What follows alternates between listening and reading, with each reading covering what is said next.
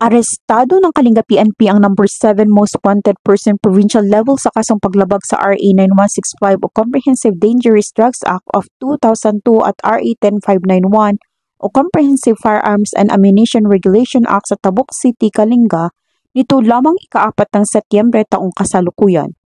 Matagumpay ang operasyon dahil sa pinagsanib na pwersa sa pangunguna ng 1st Kalinga Provincial Mobile Force Company katuwang ang Tabuk City Police Station, 2nd Provincial Mobile Force Company at iba pang unit ng kapulisan. Arestado ang suspek sa bisa ng warrant of arrest sa kasong paglabag sa RA 9165 na walang inirekomendang piyansa at sa kasong paglabag sa RA 10591 na may inirekomendang 120,000 pesos na piyansa.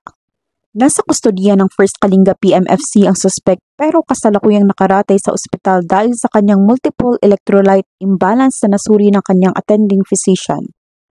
Ang matagumpay na operasyon ay patunay lamang na ang pambansang pulisya ay patuloy sa pagpapatupad ng kanyang sinumpaang tungkulin kontra kriminalidad na naaayon sa programa ng kasalukuyang administrasyon.